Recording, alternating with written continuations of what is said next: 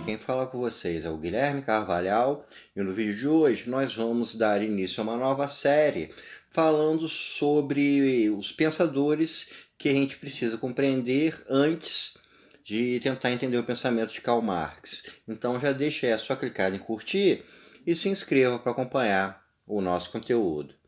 Bem, pessoal, nessa série a gente vai tentar apresentar e discutir um pouco sobre todo um corpo de pensamentos que vieram a influenciar Karl Marx para criar a sua teoria do marxismo, que é uma teoria que muitos amam, muitos odeiam, e amando ou odiando, é uma linha de pensamento que é extremamente influente no mundo de hoje e que, para a gente poder de fato compreender bem o que Marx quis apresentar, a gente precisa entender tudo o que veio antes e que veio a influenciá-lo. Então vamos tentar, ao longo dessa série, pensar alguns desses pensadores que vieram a influenciar na concepção do marxismo.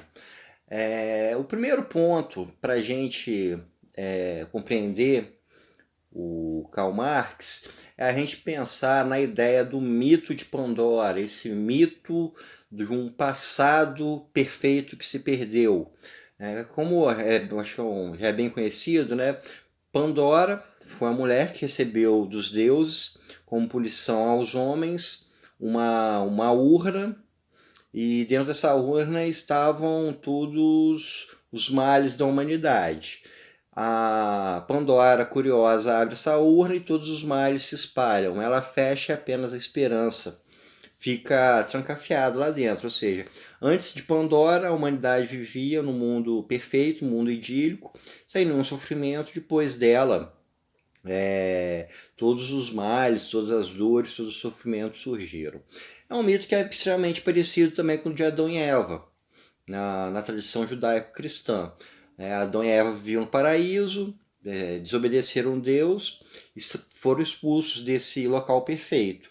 Então toda a trajetória da humanidade se torna uma busca por esse passado perfeito que ela perdeu.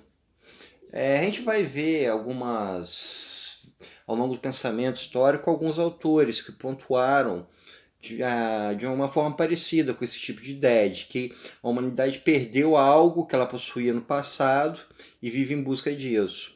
Em Platão a gente tem isso, principalmente, me parece, na sua obra O Banquete, em que ele fala que a humanidade vivia numa era de contemplação do belo, do justo, do bom. Isso por algum motivo se perdeu e a humanidade vive agora em busca desse belo, desse bom, que no pensamento platônico seria o que? Nós estamos no mundo das sensações e existe além do mundo das sensações o mundo das ideias, que seria o mundo perfeito. E o mundo das sensações nada mais é do que uma cópia desse mundo das ideias. Então, a busca do filósofo, ou então a busca de toda a humanidade, é chegar a esse bom, chegar a esse belo, chegar a esse estágio superior que existiu em um tempo que foi perdido. Um outro pensador que também coloca essa perspectiva é o Jean-Jacques Rousseau. O Rousseau pensa que o ser humano ele é naturalmente bom. Em um estado de natureza, o ser humano ele é repleto de bondade.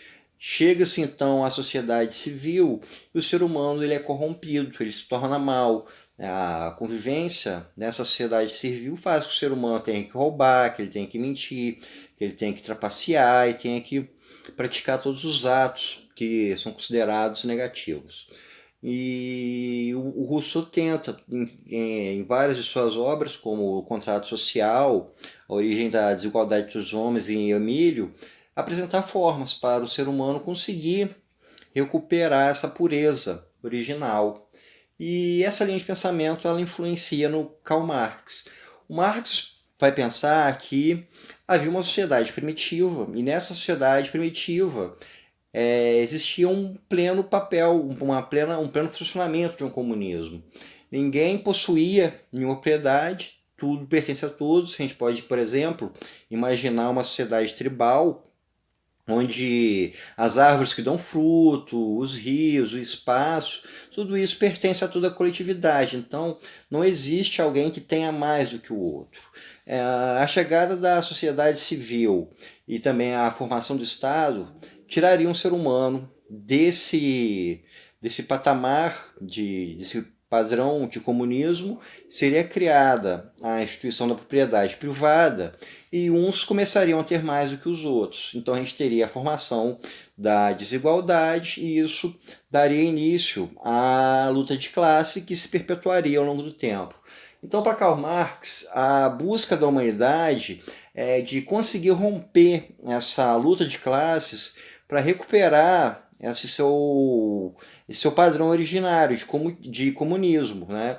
De se criar uma sociedade novamente em que todos os bens pertencem a todos, em que ninguém venha a ter mais do que os outros. Então aí a gente tem essa premissa de um passado idílico, onde o ser humano estava num patamar superior e isso, ao longo do tempo, veio a se perder. Um outro ponto de vista que é importante para a gente pensar do Karl Marx é pelo pensamento empírico europeu e também pelo pensamento do iluminismo. Esses dois pensamentos, que na verdade são até um pouco consequentes, o iluminismo trouxe muito do empirismo para si. O empirismo e o iluminismo vão tentar colocar a ideia da razão como um dos principais, como principal valor na relação do ser humano com o mundo. Ele vai buscar pensar pela racionalidade, vai pensar que a formação do ser humano se dá através do contato com a realidade. A linha empírica ela foi muito, no século XVII, ela teve uma dualidade muito forte com a chamada linha idealista. Os pensadores idealistas achavam que a formação do eu, a formação do conhecimento, assim como o René Descartes pensou, se dava apenas pelo pensamento, apenas pelas ideias, né? A frase clássica do René Descartes, penso, logo existo. O empirismo pensava, na verdade, o ser humano se forma apenas através das sensações e não pelas ideias, independentemente das sensações, como os idealistas pensavam. E isso influenciou o Karl Marx, porque Marx ele era um materialista. Marx negava qualquer forma de metafísica, qualquer forma de transcendência. Marx pensa que a formação do ser humano se dá no mundo material. E esse mundo material, essa formação, ela vai se dar através da luta de classes e das relações de propriedade. O que vai formar o ser humano, o que vai formar seu pensamento, o que vai formar suas posições, o que vai formar todo o arcabouço que cria um indivíduo é a relação dos bens de produção. Aqueles que possuem mais vão ter uma certa forma de pensar, os que possuem menos vão ter uma outra forma de pensar. Então, a gente vê em Marx uma herança desse pensamento empírico, do pensamento iluminista, pela negação dessa metafísica, por pensar o ser humano apenas em questões materiais, em questões empíricas. Uma outra linha de pensamento também que é influente em Marx é o pensamento do romantismo, que foi uma linha majoritariamente estética do final do século XVIII, mas que também tem uma influência dentro das ciências humanas, como através do Jean-Jacques Rousseau. O ponto principal do romantismo que vem a influenciar o Marx é a forma como o romantismo trabalhou a ideia de povo.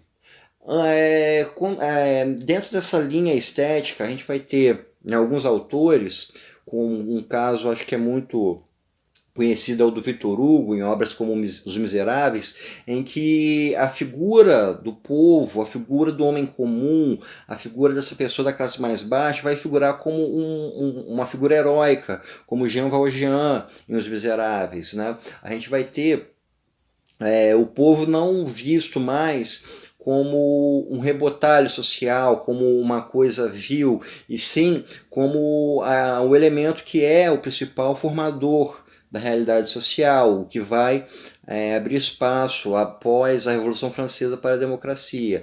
Então a gente tem essa influência desse romantismo em Karl Marx pela importância que se dá a figura do proletariado, pensar que existe um povo, uma população de uma classe mais baixa, que tem todos os potenciais para ser mais do que ela é, e isso lhe é inibido devido à alienação que é provocada pela sociedade capitalista. Então, a gente percebe que Marx também foi influenciado por esse pensamento romântico, por ter uma ótica mais positiva, uma ótica mais otimista em cima desse elemento que é o povo, que é o homem comum, e que nos séculos anteriores, ao longo de toda a história, sempre foi posto como algo negativo. Nas histórias de cavalaria, por exemplo, a gente tem a figura de um nobre dotado de valores de honra, de valores guerreiros, e o povo é algo que é simplesmente ignorado, esquecido, colocado como algo, como um elemento mais baixo, como um elemento que sequer pode figurar dentro dessas histórias. Então, pessoal, a gente viu aí 3 elementos que compuseram uma influência ao pensamento de Karl Marx. No nosso próximo vídeo dessa série, a gente vai dar continuidade a essa proposta de debate. Então, pessoal, isso é tudo por hoje. Espero que vocês tenham gostado e até o nosso próximo encontro.